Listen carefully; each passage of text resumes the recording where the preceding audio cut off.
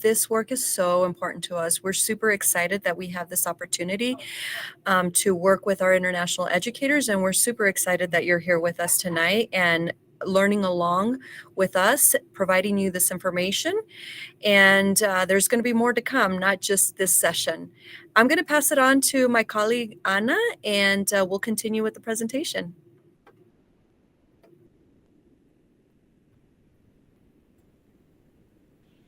Okay, as Leticia said, we are very happy that you are here with us tonight and you have the possibility to learn more about your journey in Denver Public Schools. As she said, this has been a long day for you. Most of you have been already working today.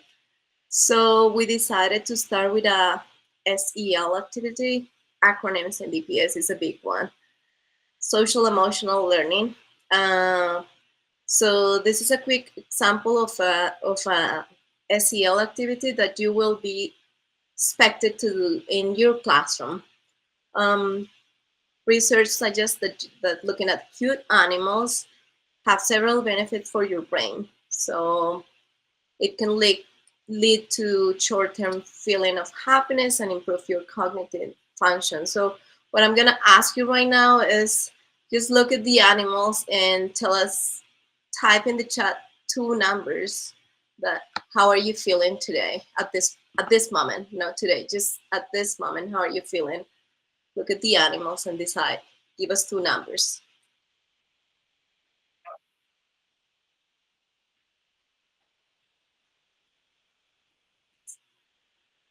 5 and 7, 8 and 5, 2 and 5. 5 is our famous one.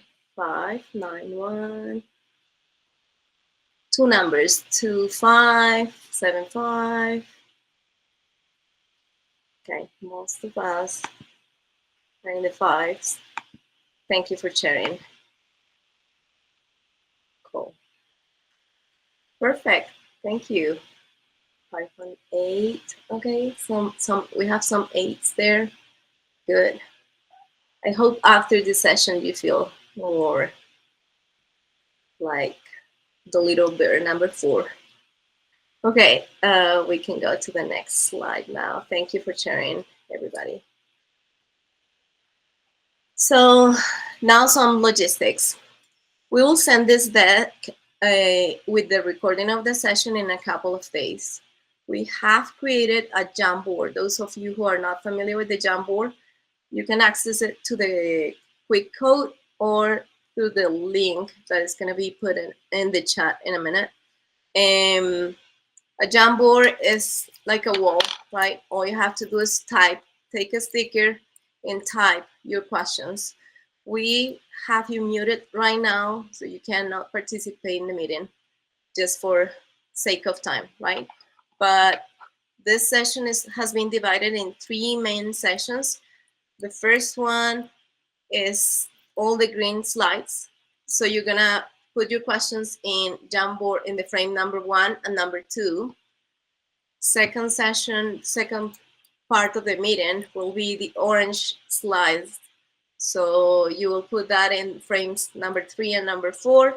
And the last group of slides is blue, and you're gonna put number 5 and number 6. And we will remind you of this so you don't have to. It's a lot of information that we're gonna be sharing. We will have at the end 30 minutes for you to share your questions. We're gonna go through the Jamboard, we're gonna read the questions and answer them. Fatima and Leticia will help us responding in the chat, but we will discuss the questions at the end so nobody has any question that is not heard. Now I'll invite my team to introduce themselves. Let's start with our amazing director, Leticia. Go ahead.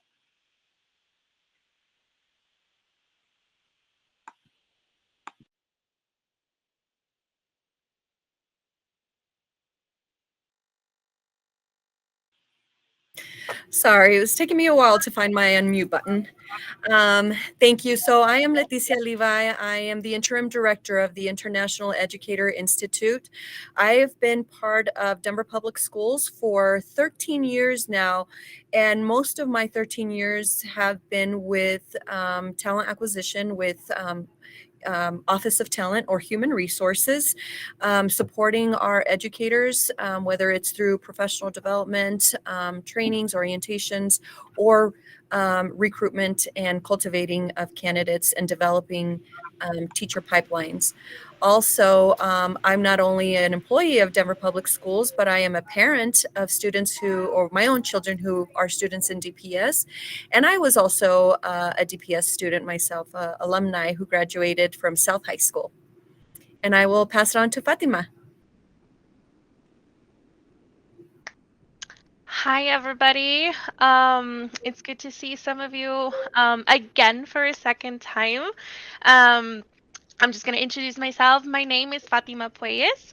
I am the lead program specialist of the International Educator Institute.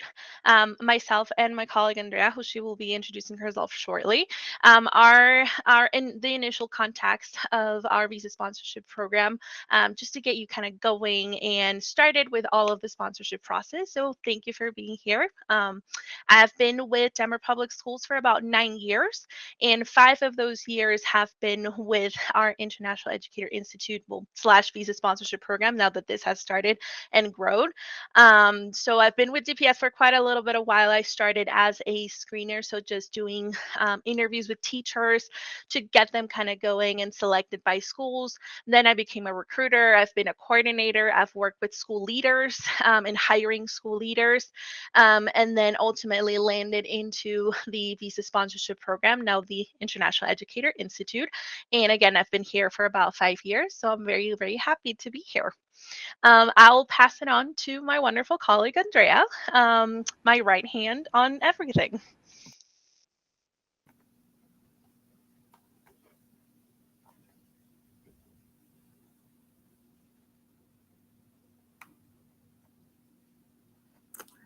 Okay, there it is. Sorry. Hi, everyone.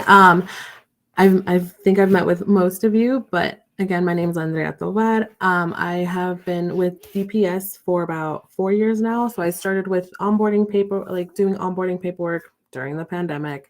And then I transferred over to our HR Connect team, which is just our employee call center.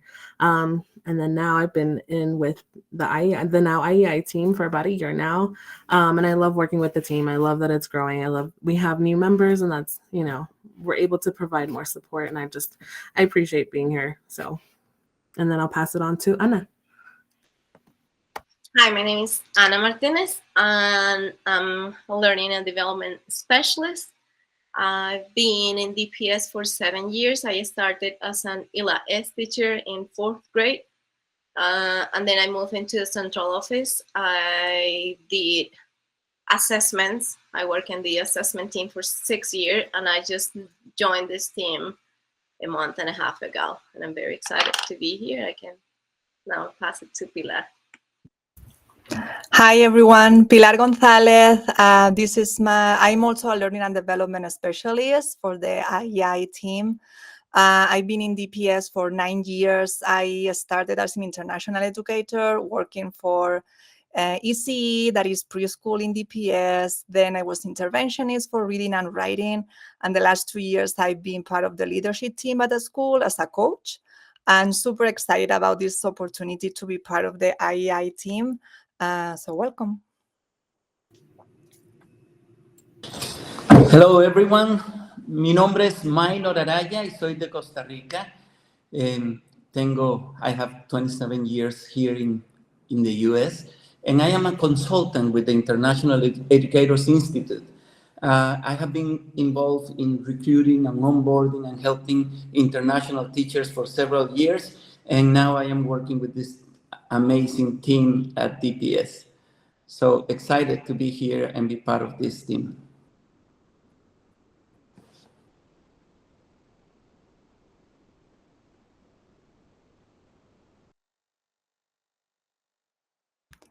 And I can continue with the presentation. So we're here today because we really want you to be prepared for your arrival and learn about some of the services and resources we have available for international educators.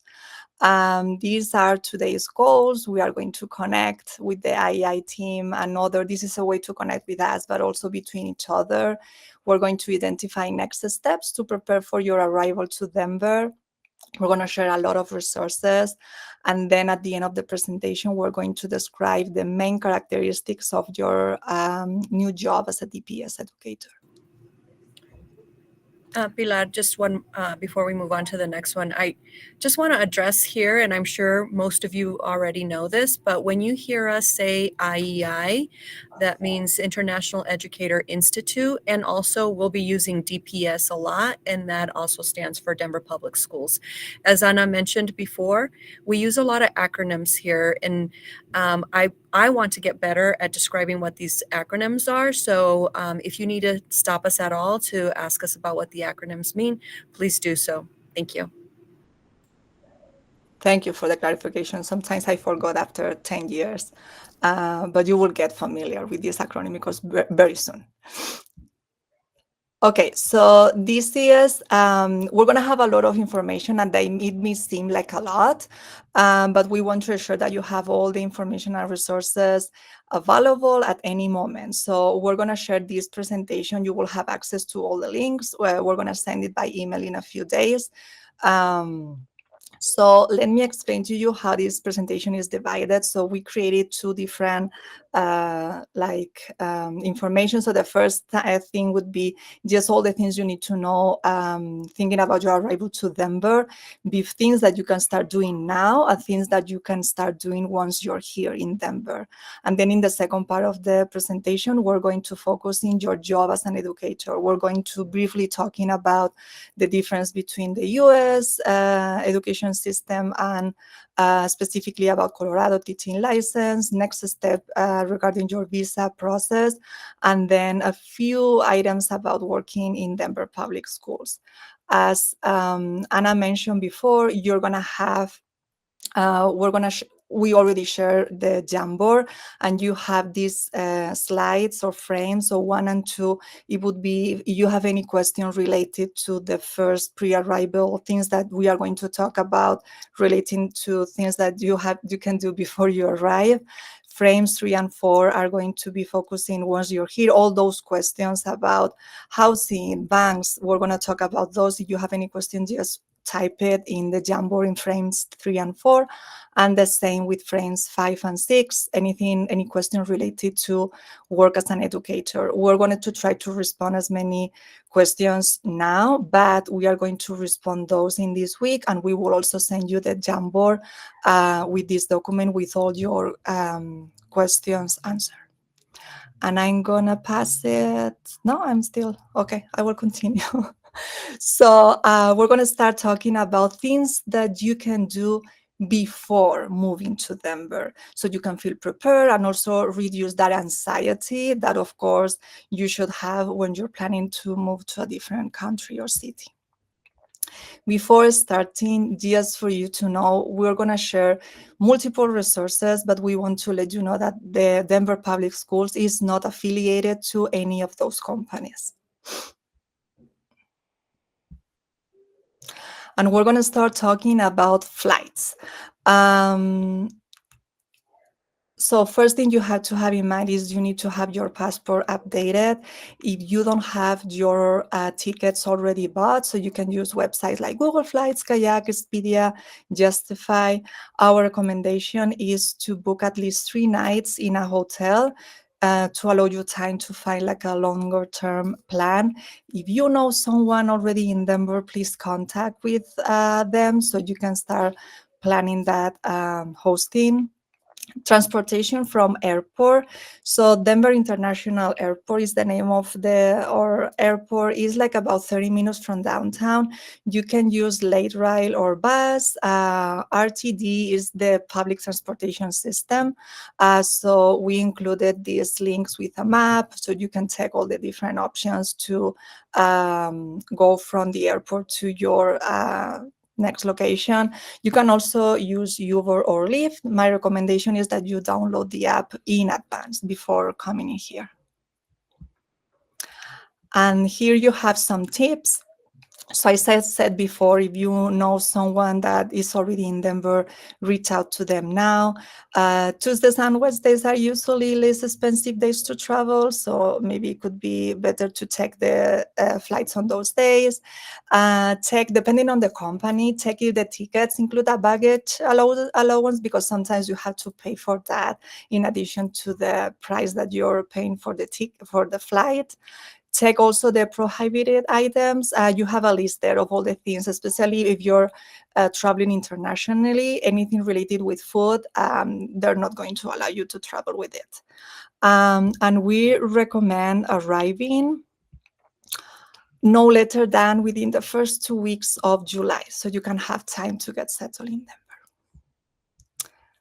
And I'm going to pass it to Anna.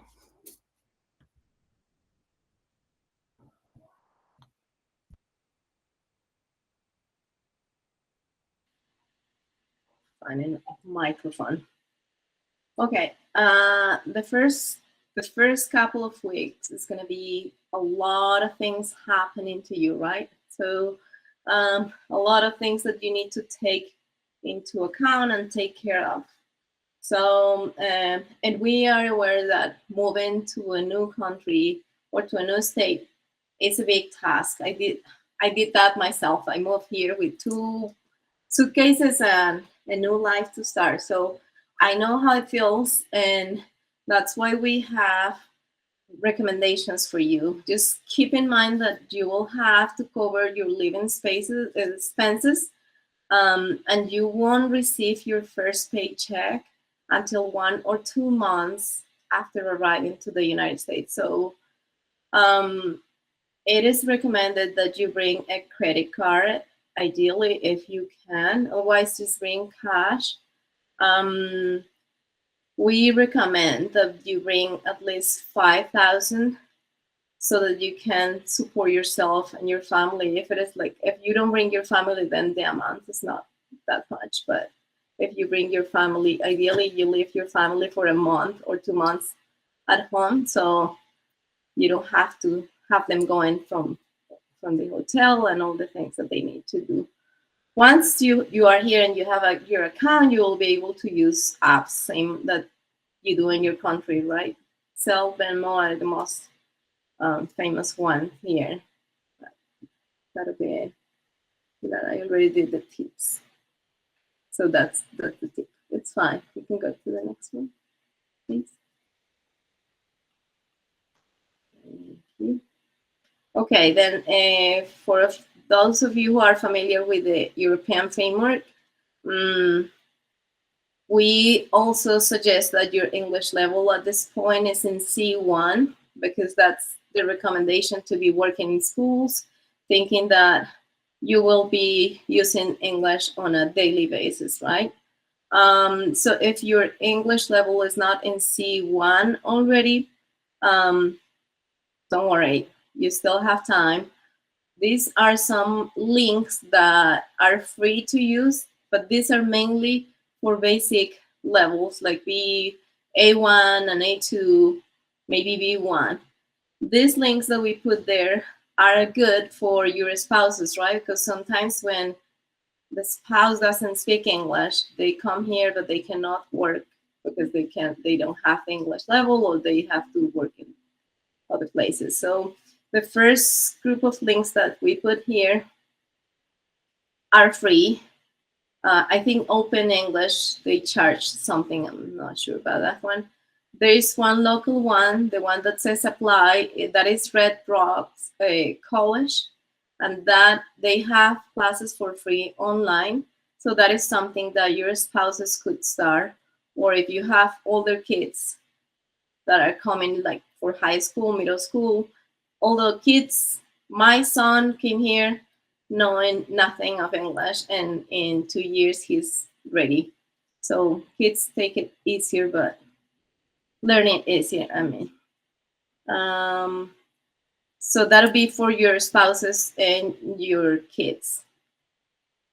If we go to the next one, these resources that we have been putting together are for you. And then these are English skills, English classes.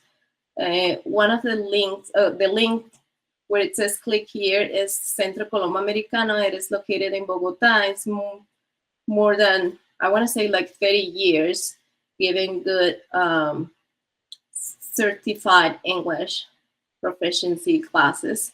And being that the currency in Colombia is very low, you would have to pay for 3 months just $500. And I say just $500 because I've been here all this time. So I know in Colombia this is a lot of money still. But again, our goal is that if you are in B1 or B2, you get to move to C1 so you can deal with all the things that are in school.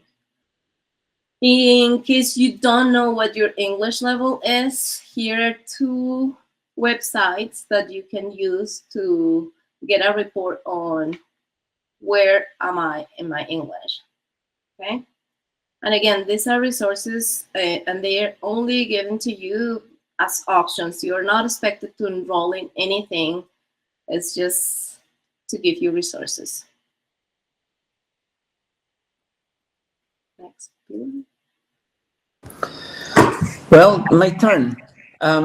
Before you arrive to Denver, there is a couple of things that we want to make you aware of. It's very important to have a good picture of what you're going to face in your arrival to Denver. Many of you are coming from sea-level cities and towns and countries. As I came from Costa Rica and I can experience this. Actually, Denver is 1 mile high in altitude. That is 1,600, a little more than 1,600 meters above sea level. And when you go to high altitudes, you experience several different things in your body and in your head that are important to consider. We recommend you to start drinking water long before you arrive here. Water is 100% the best medicine to altitude illness. Sometimes you experience altitude sickness and you don't know what it is. You start feeling a little headache, a little nausea, whatever of these feelings that you are just, I don't know, it's just like a little needle on my head here. What is it? A bottle of water you need immediately, because altitude can mess you up, mostly in the first 3 weeks. So your body gets used to it. Don't worry, but you have to drink a lot of water. So, as I was saying, the sun, we are a little closer to the sun here, so it feels a little warmer. And you have to bring your sunscreen and protect yourselves. Denver is extremely dry, okay? When you feel that some of those issues in your body, just get more water. The altitude make us enjoy a little more than most cities the sun and the sky. The sky looks blue all the time. And we have a very nice weather here, even in winter or in summer. We are going to talk more about that, but I want to let you know that the low humidity in Colorado keeps the air dry, so you need about twice and sometimes thrice more water than you usually take. It is also recommended that you go easy in alcohol.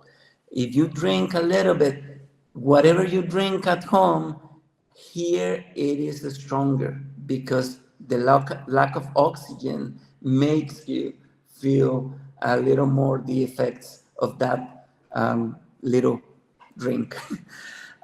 We want to share a couple of tips about this. Get a lot of food that is rich in potassium. Bananas, quinina water, things like that will help you recover sooner and faster. You have to replenish your electrolytes. As I said, drink a little water, and if that water is rich in electrolytes, it's even better, no? some sport drinks are good for that. Drink water both before your trip and while you are here. Drinking plenty of water is the number one way to help your body adjust easily to the higher altitude. Also, most of you are gonna find funny this, but here you find in the stores small cans of oxygen. I find that very helpful. I get a shot of oxygen and I feel recovered. After exercising or when I am gonna go out and hike a little bit or bike, I get a little shot of oxygen, and believe me, it sounds weird, but it helps. It helps. There is 25% less protection from the sun. So as I was saying, bring your sunscreen. And also you have to remember, in high altitudes, the water boils a lower temperature. Maybe where you are, the water boils at 100 degrees Celsius. Here is with 95 degrees, you have enough. Also, consider that if you use Fahrenheit, that is a lot less. Let's say 212 is the boiling point, and here is like 203 only. So let's talk about the weather very quick. The weather, we have, the weather is nice all year round. We learn to enjoy the snow, we learn to enjoy the summer. We have winter, average temperatures in winter is 7 degrees Celsius. And the climate is mainly dry and cold, yes, during the whole winter.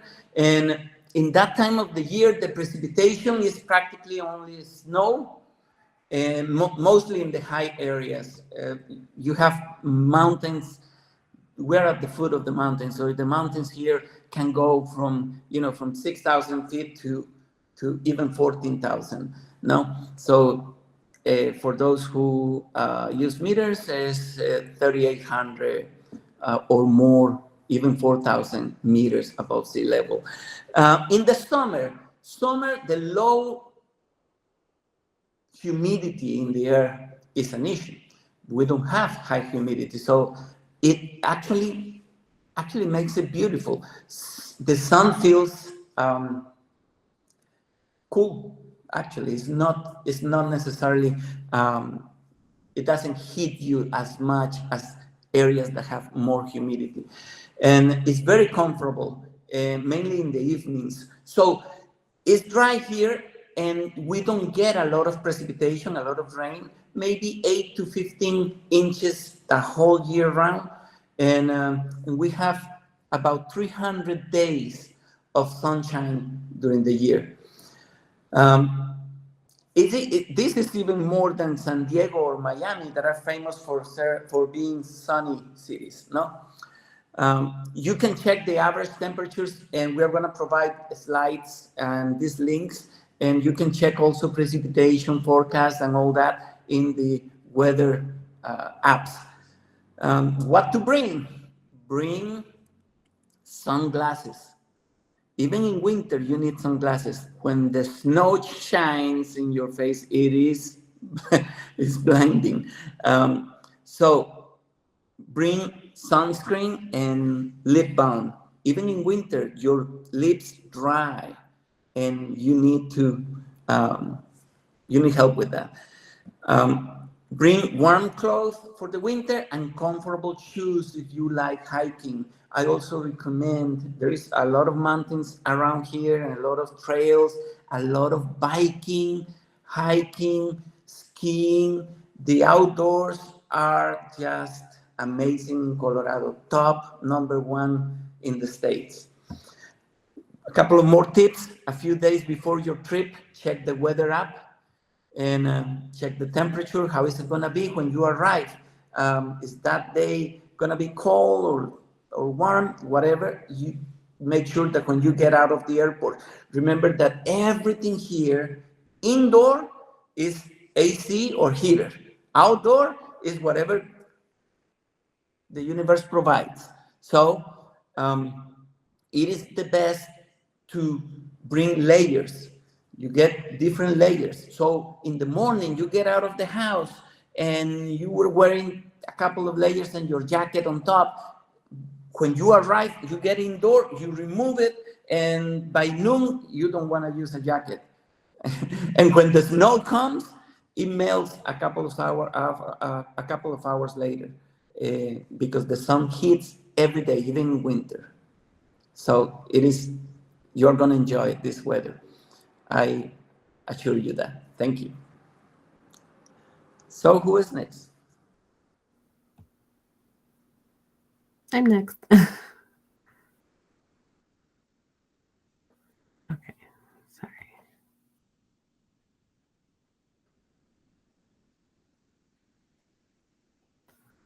I think.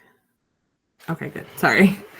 Okay, so Denver is definitely a great place to be. It's a beautiful city with many amenities. I moved here in 2020, and it was a strange time to move here, but I love it. I came from LA, and this is 100% different, but I love it out here. You actually get seasons. And there's so many reasons to be that people are moving to Denver.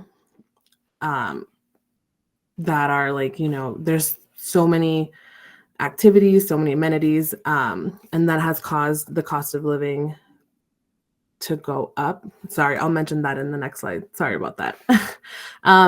So the district does stretch out almost to the west towards the mountains, and then almost like going towards the east towards the airport. So a few things you'll want to do is you'll definitely want to take a look at the school that you'll be at and find out what neighborhood it's a part of, kind of what the surrounding areas are. We do have a link in where it says city next to Denver that basically kind of that'll give you a link, a few for the ideas of around the areas of where you'd like to live, as well as the district school maps to kind of get a better idea of where you're located, what the surroundings are, how far you're away from certain areas. And so also in the tips, those are some sites that you can use. Those are some trustworthy sites that you're able to use to find somewhere to live. A little recommendation is to be very careful what the listings are. We don't want you to get scammed. I know that is something that a lot of us have to look out for when we're renting. So just make sure you're kind of a little bit more wary of how you're looking at these listings. And then some of those listings will also give you an idea about the rent cost. You can also look at rental properties around the area to see kind of what it is, kind of what is the average that goes around. And also too, if you want to check out, if you're worried about safety, you want to check the crime map around the areas. Sometimes these apps, if you scroll towards the bottom of the apps, it'll give you the safety, the crime stats at the bottom of each listing. So next one. Andrea, before you continue, Yes. Pilar, is it possible to show real quickly the Jamboard so that people know and understand where we want questions to be posted, and moving on to the next frame since we're filling up in the first frame? So thank you, Pilar. So as you can see here, this is where people are posting questions and we're responding to questions as we move along. And if you click at the very top, there's an arrow. So there's more frames so that we can start adding more questions, because we want to keep these questions up for everyone to see. And what we'll also do is gather these questions and put them in an FAQ and share them with you within the next couple of business days. Thank you. Thank you, Nikki. All right, so next one is the cost of living. Aside from a lot of people moving to Denver, the cost of living is that one of the reasons why the cost of living has gone up. So we do have a link here that'll kind of give you an average, a breakdown. So the cost of living in Denver is 4% higher than the state average and 11% higher than the national average. So some of the factors that go in with the cost of living, it goes with housing, rental properties, utilities, food, transportation, childcare, healthcare, and taxes. So if you are moving from a different state, you'll kind of want to get to that better idea, kind of like what I mentioned at the top with the cost of living link. You can also check that out right there. And just be aware also with rental units in Denver, the rental rates do change daily. If you kind of start to do your research around the areas that you're looking at, around the school, maybe about no more than maybe 30 minutes out from where you're going to be at, you'll want to definitely check the surrounding rates. And if you find something that's in your price range and very comparable to you or your family, then you'll want to be able to lock that price in. The sooner the better. Put down a deposit. In the event that, you know, maybe you can't do it just yet, definitely communicate with the property manager. Sometimes it's a private leasing through with a landlord, or it's through a property management company. There's no harm in asking them, hey, kind of give them your situation and just let them know. So sometimes they're more than happy to accommodate. Thank you. Thank you, Andrea. So another thing, now we're going to talk about measuring and temperature. So, and this is something that you are going to notice. I remember when I moved here, it was hard for me. I was using the calculator in Google all the time to know like temperature in Celsius instead of Fahrenheit, or they were talking about inches and I was only thinking in centimeters. So this is something that you are going to realize.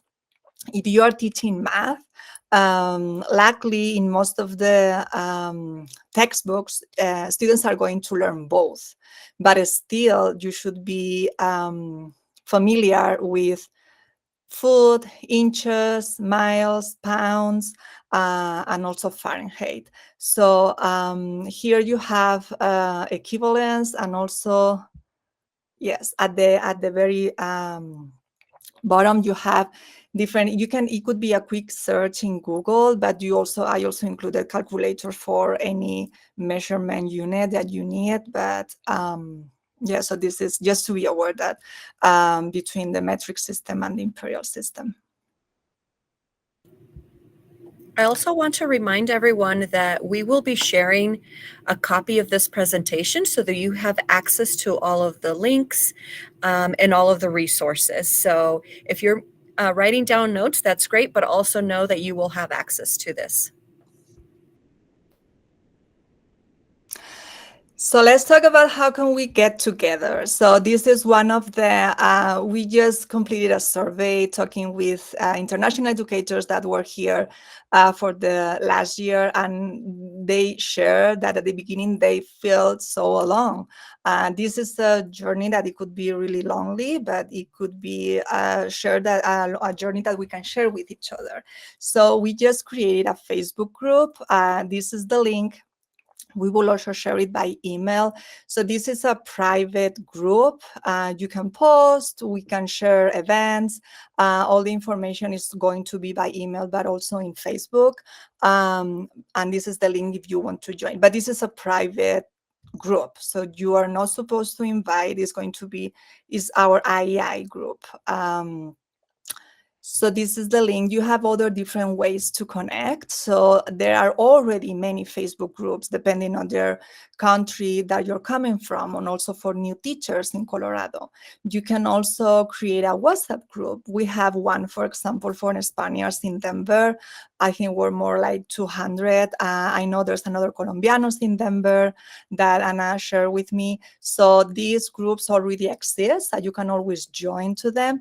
But if you want also to be part of the IEI team and be connected so you can meet each other, this is the Facebook group. We're also thinking about organizing different social events like happy hour. If you're coming with your kids, I have 2 kids, 5 and 7-year-olds, so I will be happy to organize play dates so they can meet each other. So we also have that in mind, because we realize that engagement and being connected is super important, especially in your first year, to cover those social and emotional needs. As I said before in tips, the IEI Facebook group is going to be private. So you're going to, we're going to share this is the link. I think we are going to also share it in the chat, and I will also send you a link. And I think I'm going to pass it to Anna. Okay, break time. Yeah. So we're gonna have an active pause for a break, but we're gonna share a little bit about us and why our International Educator Institute is very important. As Leticia mentioned before, we currently serve more than about 96,000 students, and our community speaks 178 languages, including Spanish, Arabic, Vietnamese, Amharic, Somali, French, Nepali, Mandarin, and I could be here for 3 minutes and mess our break. But so we want to take this opportunity to share with you a little bit about us. Then we're gonna respond the question. Can you click? Okay, thank you. What country are you from? And then what do you like the most about your country? So we're gonna start with Leticia. She's gonna share where she is, what country she is from, and then ideally the city, so those of us who are from the same country at least know what city we're coming from, and then what you like the most about your country. Gracias, Ana. Bueno, Leticia Levi, I am from Ensenada, Baja California, and I think the most, or my favorite part of Ensenada would have to be the food, especially los tacos de pescado, fish tacos. Fatima. My turn. Well, everybody, I am from Peru, specifically Lima, Peru. And I'm gonna second what Leticia shared. My favorite thing is the food as well. We are a place to go for any gastronomical food, really just amazing food. So every time I go back, or every time that I can have a little bit of Peru, my thing. That's my jam. Andrea? Okay, so I am a first generation here. My parents were immigrated from Mexico. My dad's from Cuernavaca, Morelos, and my mom's from Tijuana, so Baja California. And I love, so a little bit both. I grew up in Los Angeles, so I love just the melting pot of everybody, everything to do. My favorite thing is concerts. And then when I go to Mexico, of course, I love seeing my family. I love when they take us on road trips. And so that a little bit of both, I have that. So, and now Ana. And I'm from Colombia, and what I like the most about, all Colombians are here. And then what I like the most is that the people, right? I love my Colombian people because they're always happy, always warm and welcome, always smiling. Thank you.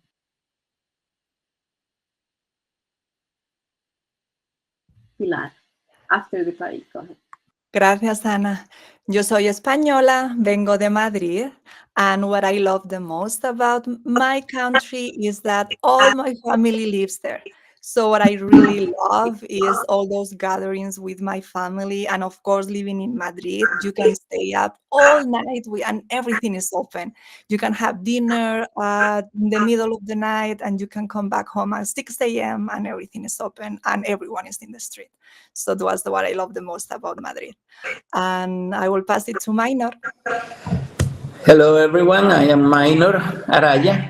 I am from Costa Rica, and it happens that this week I am visiting my family here, and I am sitting down right in front of the ocean, right there. Like I can see it from here. You can, because I don't want to turn around the iPad.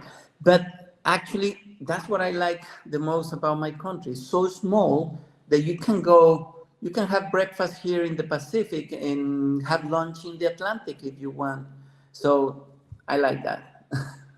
And we're gonna continue with arrival. Perfect. I would like to continue making you aware of some things that you need to know. And as soon as you arrive in the US, it is very important that you consider the communication issues that you might have with the phone you are bringing. You might get an eSIM card, electronic SIM card, but not all the time. I don't have a great experience with those. You can try in the beginning, maybe the first weeks or two. Some apps can sell you a week or two or three to, and you can make your own comparison if and how it is working. That can work on your own phone. Some of the countries where you are coming from, you will have issues with the phone you are bringing. Not all the companies will sell you a SIM card that works on your phone. And most of them, honestly, are going to try to sell you a new phone. So I have noticed with the teachers that came in the past, Metro PCS, T-Mobile are more flexible with accepting your own phone, and also AT&T and Verizon, but sometimes they are a little more expensive. I want to let you know that. Maybe better quality, half a price, but definitely T-Mobile is a company that has improved a lot. And as they mentioned in the beginning, we don't have any relationship with those providers. You choose the one you want, and but also make sure that these companies know or are not necessarily trying to sell you a new phone. If you're bringing your own phone, it might work the SIM card that they sell you on your device. Also, there is some other options like at Walmart or Target or Best Buy and Straight Talk. These are companies that sell you phone cards that are prepaid options. So you might consider those. Also, I don't have a great experience with those, but that is something you might consider. It might be cheaper and more temporary solution. Other tips, most of the mobile devices provide also offer internet plans. And if you buy an internet plan for your apartment with a mobile device or a phone service, the combo, the bundle is called, might give you a good promotional price, and that is an option. Also, if you are calling from here to your country or to another country, remember to save the contacts properly on your phone. You have to add all the numbers on the left, besides the area code, the 00, or just to add a plus sign before the number so you can actually have no issues getting out with your call. If you don't save it properly, that call will not get out of the US. That is important to know. And we are providing here at the bottom a link where you can find all the area codes of any country where you are going to call. Thank you.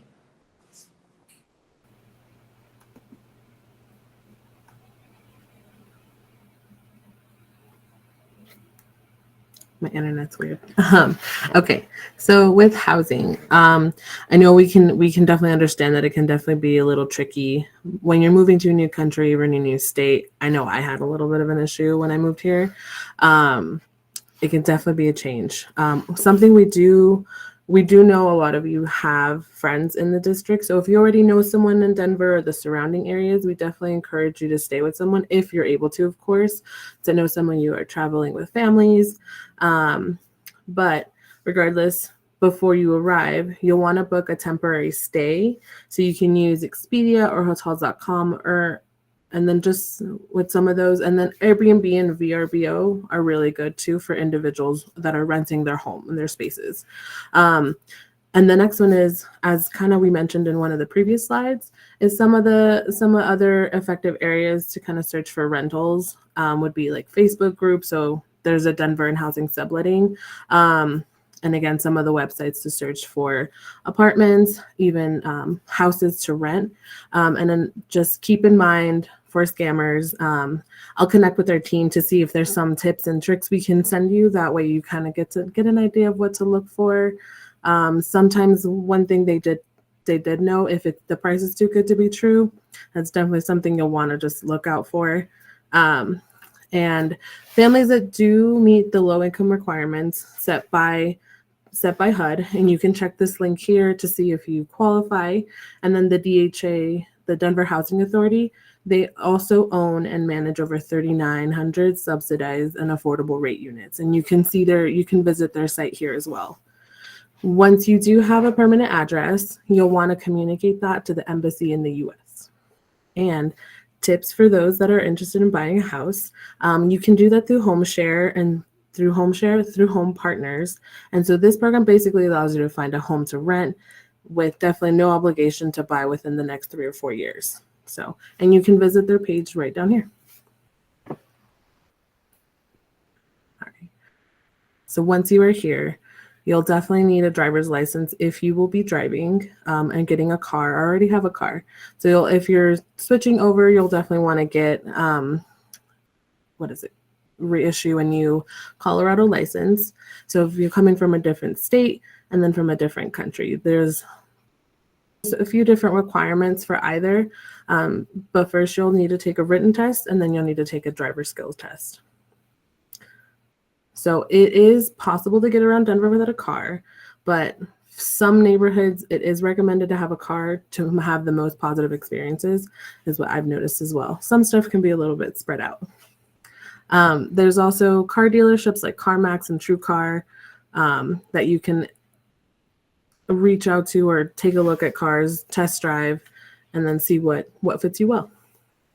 And in the meantime, you can also check RTD you can get parking passes, bus passes, and parking expenses using your pre-tax dollars once you sign up for your benefits, and that's done through our WageWorks program right here. All right, driving in Colorado, my favorite.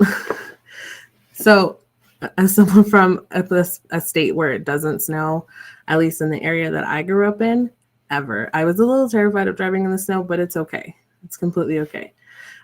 So car insurance is definitely recommended, is definitely required, either liability or full coverage. All season tires are definitely something you'll want to have. I'd say most cars out here, you can always double check when you're buying a car if it already has all season tires. If you're adventurous and are going to be making multiple trips during the winter, definitely snow tires would probably be best, but usually all season tires will be a good affordable option as well. And recommended as a 4-wheel drive. I want to say most of the cars at dealerships out here, they do sell all 4-wheel drive or all-wheel drive, just to maintain yourself and your family safe.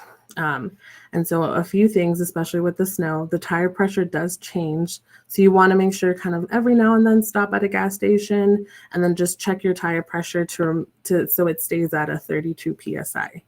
And of course, speed limits, seat belts, you want to just be a little bit more mindful and aware of them. Just in the case you have and get involved in a car accident, you'll want to make sure you check with your insurance, depending on your coverage or the plan you purchased. So we also have our driver's handbook, just to know a little bit more about the regulations, the emergencies, kind of the planning you'll want to take with driving in Colorado. So we'll have the English driver handbook and then the Spanish. And then I will pass it on to, is this me? No, this is me. Okay. Hi, everybody. I have been trying to answer all of your questions, so I'm so sorry. I might be a little scattered, but hopefully I'm trying to get through everything as much as I can. So into banks. So banks are obviously very important as everything that we're mentioning here. This is specifically about your checking and savings account. So when you come to our district, you will be required to provide some banking information as well when you're doing your hiring process, so you can get a deposit of the money that you are receiving, your compensation. So this is why we wanted to mention it here. Banks will require the following information and proof. So they will need your name, birth date, a valid U.S. address, and identification number of some type. So it can be a passport, for example. You will need to bring originals because photocopies are not usually accepted. And in addition, many banks and credit unions can require a minimum deposit to open that account. Some banks do give you some incentives, so you might want to look into some of that information. They can give you like $100 for opening an account, or even more. So there's some banks, obviously, that you want to just do some research on to make sure that you're getting the best. Banks and credit unions have different documents required and processes for non American citizens who do open accounts. So check in advance about what's required. We did link some of those banks here. These are by no means the entire list of banks that we have, but we do want to mention just be careful out there. With those banks, just to make sure that they are renowned types of banks. So these are just some of the links that we have. Wells Fargo and Bank of America are a little bit more flexible with Social Security and addresses. And again, we have linked more information there for you. So up next, I know that we have, oh, sorry, tips. In the United States, we have a system that is called a credit score.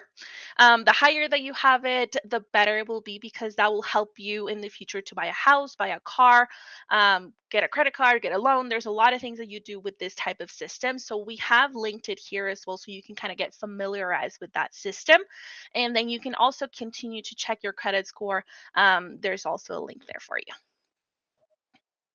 All right. I know there's a question in here in the Jamboard about this.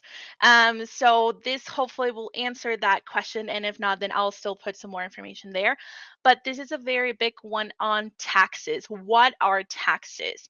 So taxes are mandatory for all workers in the United States. There are payments made by individual businesses, entities to local, state, and federal governments. It's a very complex system that it doesn't really there's not really a system like it, at least that I know of. In other, well, at least not in the countries that I know of. So it can be complicated. We know this. At the beginning of every year, companies will send a W-2 form, wage, and the tax statement documents that you will need to file your taxes. Upon finishing your new hire paperwork, so whenever you're getting onboarding, when you're getting hired, you will need to complete a W-4 form, which you will fill out the appropriate deductions that you want deducted from your paycheck.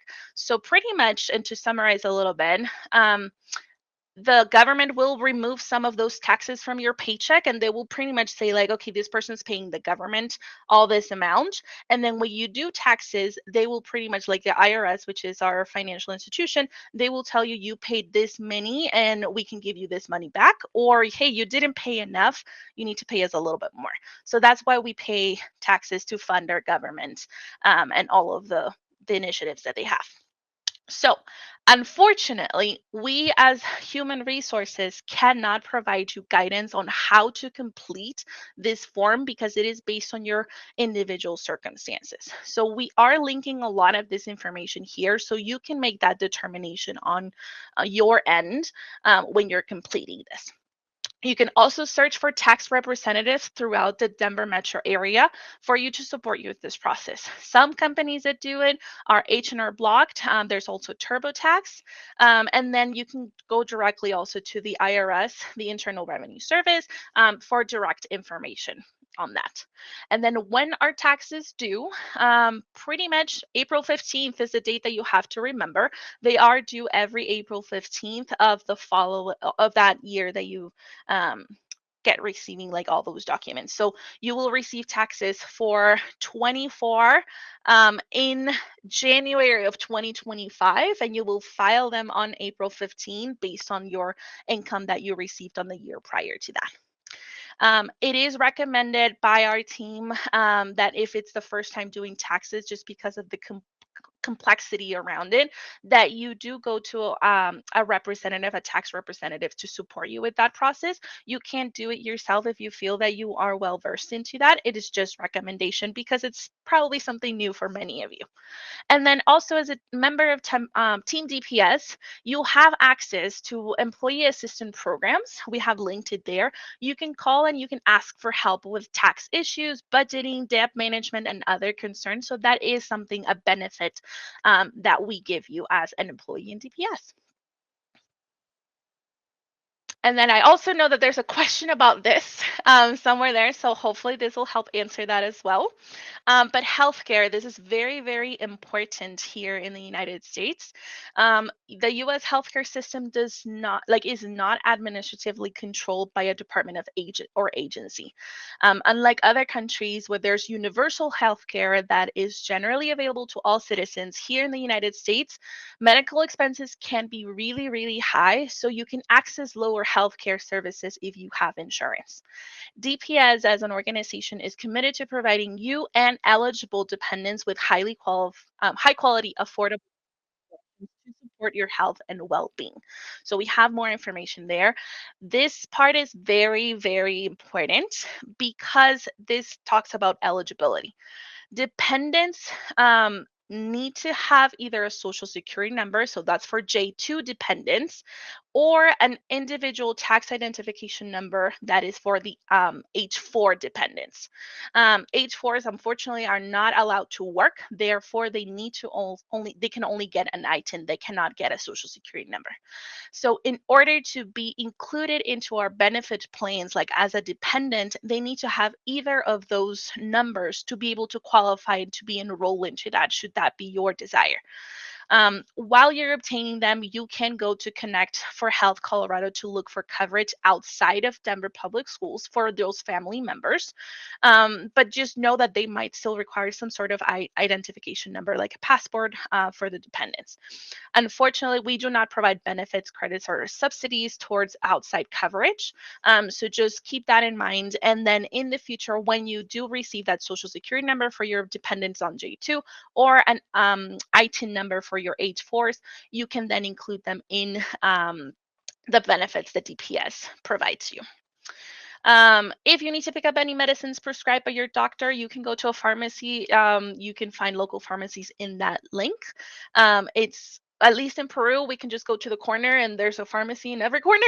And here there are places specifically designated for pharmacies. Usually, and I will talk a little bit more about that, but usually you can find them in grocery stores as well. And then for emergencies that cannot wait for an appointment with a primary health physician, you have a couple options. You can go to urgent care. So that's illnesses and injuries that require quick attention for it, but they're not as serious for an emergency room. So we have listed urgent care facilities there. And then the emergency rooms, those are life-threatening emergencies. We also recommend calling 911 for those. And those are the list of emergency rooms in the Denver area. So in terms of tips, we have included DPS benefit guides for the 24-25 school year. They're both in English and Spanish for you to take a look and kind of just see what would be best coverage for yourself and family members down the line. Thank you, Fatima. We're going to talk about how to enroll your children at school. Raise your hand if you're coming with your children to Denver. Yes, we have a few. Okay. So let's talk about how to enroll them at school. So first of all, I will guarantee that this is going to be a great experience for them. They're going to learn a new language and a new culture, probably faster than you. They're going to have a perfect English with no accent. And you're going to see it. I saw that in my own kids. So it's going to be an amazing experience. And they're going to be also adapt super quickly, probably faster than you to a new country. So congratulations, because this is a great choice with your family if you decided to come with your kids. So a few facts. So children in Colorado, children between the ages of 6 and 16 must attend the school. This is mandatory. Another important thing is that the cutoff date is October 1st. for example, in Spain, the decision between your kids being in a grade level or another is based on the natural year. This is different in Denver. So the cutoff date again is October 1st. If your children are younger than 6 years old, you have different options. So we have childcare from 0 to 3 years old. It is usually very expensive, but you can take. There is also like different aids depending on your income that they can be beneficial for your situation, and you can take off these childcare programs in this website in Colorado Shines. Also, we have preschool programs from 3 to 5 years old. Is the DPP, Denver Preschool Program, and again, you can take all the different schools and programs for preschool. Just for you to know, in most of DPS school, Denver Public Schools, we also have preschool. We call them ECE, Early Childhood Education, and you also have them in the school. So check if you want your children to attend the same school that you are working at. Just check if they have that ECE option for 3s and 4s. If they're older than 6 years old, you can enroll them in one of the DPS schools. I also share here a map of all the schools, and I also share the school choice website. That is super. I use it with my kids. You just have to follow the steps in order to enroll them in a DPS school. You also have available before and after school programs, but again, you have to check it with the specific schools because not all of them have these activities. My recommendation, some tip is if your children have any special education need, gifted and talented, ADHD, autism, any kind of special education, bring the reports from your country because they are going to be receiving those services in here. We have a great team of professionals that are going to cover those needs. So bring all the reports that you have. And I will pass it to Anna. Okay, now for those food lovers like me, and if you're like me, I like cooking at home because you save money and you can cook healthy. So there are plenty of supermarkets here. Most common one is Walmart. You can find from a needle to things for your car, for your house, furniture, clothes, everything. King Supers is a local supermarket that has groceries and pharmacy as well. Target, you find almost everything is a little bit more expensive than Walmart. That's at least what I have found. And then if you are a healthy person who likes to cook organic all the time, then Whole Foods is your supermarket to go. It's quite expensive, at least for me. And then there's also Natural Grocers. Sprouts is also a local one. What I like the most about Sprouts is fresh food all the time. You can find fresh fruits, and you can even find uchuas for those of you who are from Colombia or some parts of Asia. You can find them. Trader Joe's, I like the chips. I don't know you guys, but I love the chips at Trader Joe's. Joe's. They have all the chips that you can imagine. Plantains, chip plantains. I don't know. I just love them. Some of the international supermarket that we have here are save a lot. They bring everything, or not everything, mostly everything Hispanic food and Asian food as well. Same as Mi Pueblo Market, more Hispanic. There is one in Thornton, the other one is in Aurora, and you will get familiarized with the cities around Denver. And I don't remember which one is the Filipino store. I think it's Great Wall Market, Leticia. If you can help me, I forgot. And then there are two Asian supermarkets, the Pacific and the Fast East supermarket. Those are Asian. Those who love fish, that's the place to go. And I think it's the Great Wall, isn't it, Leticia, the one that for the Philippine person that is in the chat? Yes. Okay. Yes. And also Westward has some of there are 2 links in the tips that we put there for you to check more international food. Oh, there's a baby in the call. And then Costco and Sam's, if you have a large family, I mean like a family of 4, Costco and Sam's are great because you can find plenty of food. The thing is that they sell like large quantity of things, but for a family of 4, it's good. You have to pay for an annual membership card, but at least Costco gives you money back. So you buy and they give you money back. I don't know if Sam does the same, but so pretty much you don't pay anything, but you get great discounts. And I will pass it. Thank you, Anna. So now let's talk about clothes and furniture. So usually in Denver, the style is very casual, like jeans, leggings, a hoodie. However, since you're going to be in a professional setting, please check the employee handbook at your Denver school where you can see more information about the dress code required. So usually I remember at my last school, Fridays were more casual. We can wear jeans, and then Monday to Thursday it was more like a business. But depending, again, check your handbook manual so you can see the dress code. Another thing that maybe you're not aware is that in Colorado, houses and apartments are usually rented without any furniture.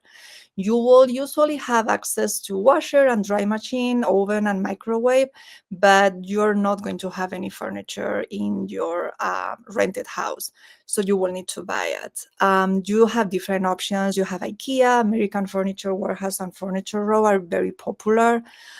Same for clothing. You have discounted retail stores with great brands that are a little cheaper, like Ross, TJ Maxx, and Marshalls.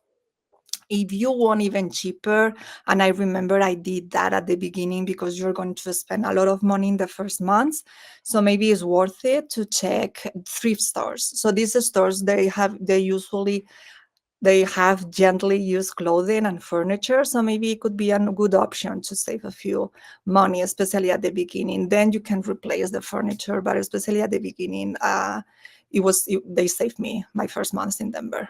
So we have Goodwill, ARC, thrift stores, Restore, Habitat for Humanity. You also have Marketplace in Facebook, where you also have, depending on where you're going to live, you can also have even free furniture that people that is moving. You're gonna have great deals in Facebook. And what last thing, we also in Denver Public Schools, we have community hubs. We have a few like distributed by all the Denver area, and they usually have like grocery stores and even furniture. So you can also check in the community hubs in DPS. And I will pass it to Fatima. Yes. Thank you again for all the questions. I'm trying to get my best on those. The pay advance for DPS. So I know that we just list a lot of things that are going to be like bills and things that keep adding up, but I want to give this information. I know I've mentioned it to at least everybody that I've met with. So just wanted to reiterate that Denver Public Schools does have a pay advance program. So we can offer you some support to support your transition through the many bills that do continue to add up. Once you become an employee, you can request it directly from our team. And these are the main things for you to know. So it cannot be more than 1/12 of your current annual salary, which will be provided on your welcome letters and when you do your hiring process. So that comes out to be at least $4,500, which is the base one. So for someone who's coming on their base salary. It does need to be paid within the same school year. We can be a little flexible and kind of add the following year if we're reaching kind of the end of one school year. But usually it needs to be paid within that same school year. Deductions and payments back to the district will start immediately the following paycheck after the request is approved by payroll. So that would be $188 if you request the maximum amount. So I was doing the calculation with 4,500 and you have 24 paychecks left. And this is an after-tax deduction, so it will be collected in the same manner from payroll. The tips on this one, the sooner you request it after you complete your hiring process, the better it will be because you will have more time to pay it back. So the deductions are going to be less on your paycheck. I know that every cent counts. So this is just something that we as a district want to offer you to ease some of that burden on, again, those many bills that do add up. So just wanted us to share that information with you. Back to Pilar. And we're running out of time, so no, I don't want to see the video. Yeah. So we are not going to talk about a slide. You will have it in the presentation. Also, again, all these resources, we can also share it in the Facebook group. But yeah, we're running out of time and we really want to give you time at the end of the presentation so we can talk. So I will skip this one. And I'm going to skip this one too. So I will pass it to Leticia. Gracias, Pilar, and thank you again. Folks, you will have access to all of these links. The team has put together a lot of great resources, especially what to do around Denver. Denver is such a fun city. I love it here. I lived in many cities, and I would rather live in Denver than anywhere else. Anyway, so if you want to go to the next slide, thank you. Very quickly, I just want to share information about education in the U.S. Like in many countries, education can be similar in many ways or different. In the U.S., there are 3 different school options, especially for the elementary and secondary levels. So there's public, charter schools, and private, which also includes religious schools. Public schools are funded by local taxes and offer free education to residents regardless of the immigration status. Private schools cost tuition and can be sometimes more expensive, but may offer specialized programs for like smaller class sizes and things like that. Also, a third option, which is charter schools, are publicly funded but operated independently of the city's public-based education. So in Denver Public Schools, in fact, we have many charter schools that are partnered or part of the district. So they have to go through an application process and be accepted into the charter school, but anyone can apply and anyone can be part of the charter schools, and we can share more information around that. Also, in DPS, we have different grade levels, starting from early childhood education. Pilar actually mentioned that a little bit when she mentioned about enrolling your kids in school. Early childhood education usually starts from age 3 to age 4. Kindergarten through 12th grade is typically our grade school levels. K through 5, kindergarten through 5th grade is considered primary grade levels, and 6th grade to 12th grade is considered secondary, which is middle school and high school. So here's a little graph that kind of entails a little bit. It may be kind of hard to see in this presentation, but again, you'll have access to this and we'll give you a little bit more of a better depiction of our grades here in the US system. I won't spend too much time talking about post-secondary education, but I know that some of you may be coming with college age students and maybe thinking about getting your kids into college. And what does that look like? At what age does that start? And what are the requirements for someone to start at the university level? Which I think when it comes to the university and college level is very similar to other countries. Let's move on to the next slide, which is discussing a little bit around some of the main requirements for you to be an educator here in the state of Colorado, which is a Colorado teaching license. It is a requirement if you're going to be teaching in a public school setting to have a license through the state of Colorado. And this license essentially allows you to teach in those settings. And the license is specific to the content area that you're going to be teaching or grade level. So an example would be if you're teaching in 3rd grade, you will receive or you would apply for an elementary teacher elementary education license. There's additional endorsements that you can add to your license to give you more of a wide range of areas to teach in. But that you would have to check with either Fatima or Andrea, especially when it comes to your visa and having the specific license for you to teach in. Licensure is a lot of information, and I'm not going to spend a whole lot of time here in licensure, but we'll have another presentation which will discuss more on licensure and steps and what are the things that you need to look for. Before I continue with licensure, I do want to remind you all and ensure that if you do have any questions about licensing, we are not the experts when it comes to licensing.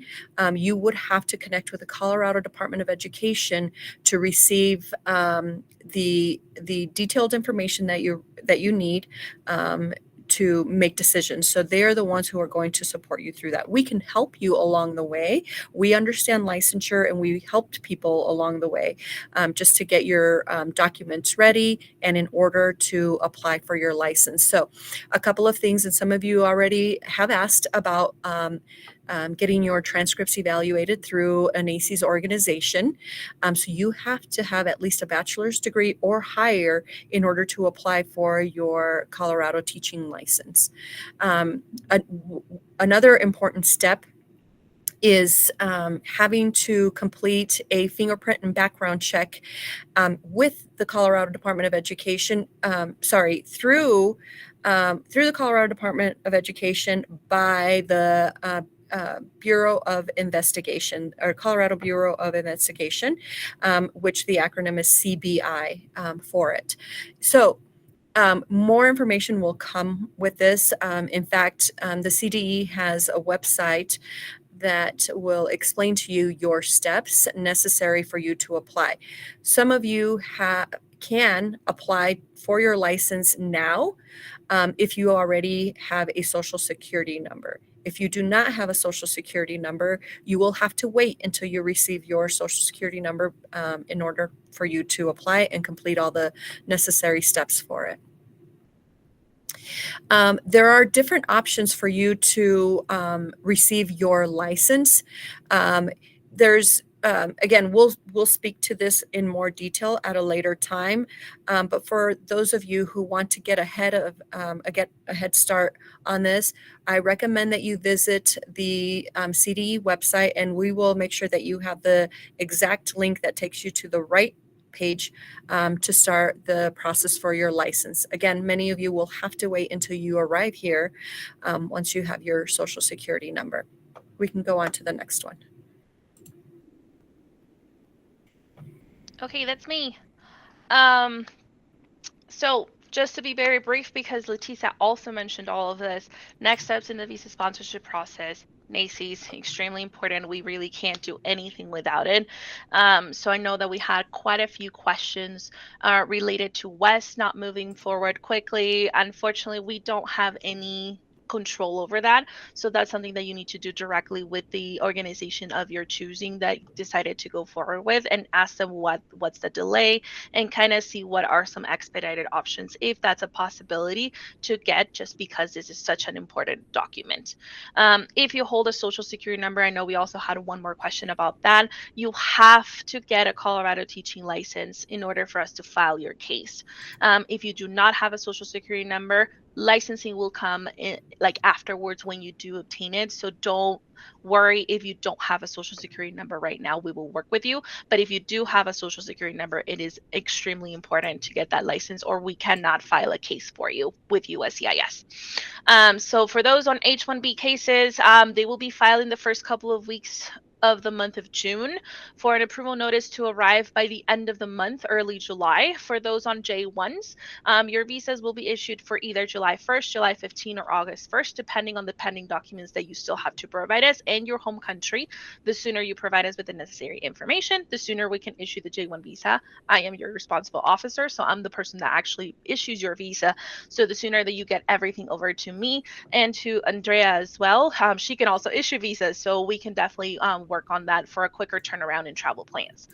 All roles will start on August 1st. That is when orientation starts happening in our district. So we want you to be here before then.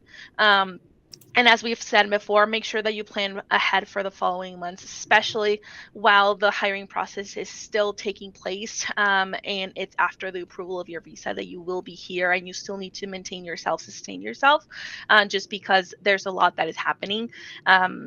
But yeah, that's all the information. So make sure, again, NACES, extremely important, and license if you have a social. Okay, let's move to the last part of this presentation. Let's talk about the specifics of working as an educator in Denver Public Schools.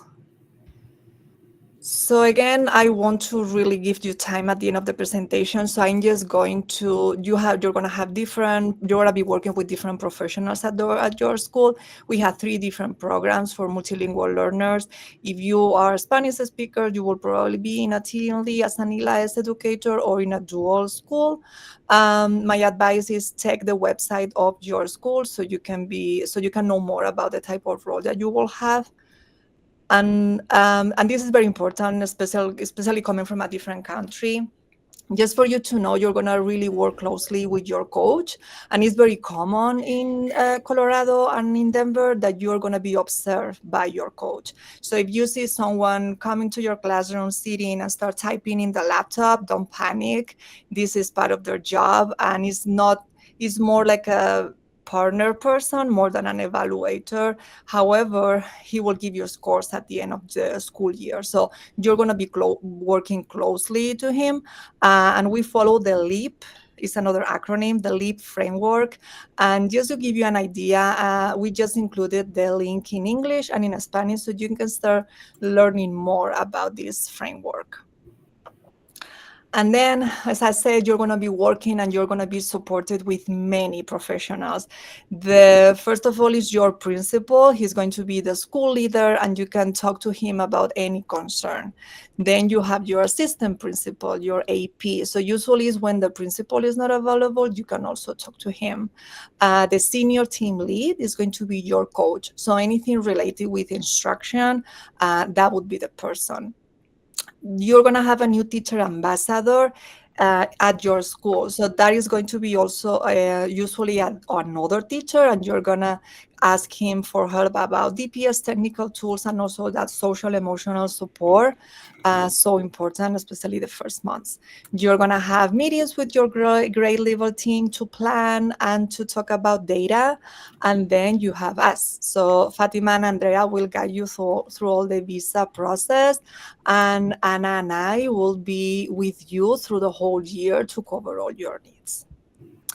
And my best advice is ask questions. Anything that you don't know, just go and ask any of these people, another teacher that you get along with, and they will send you in the right direction.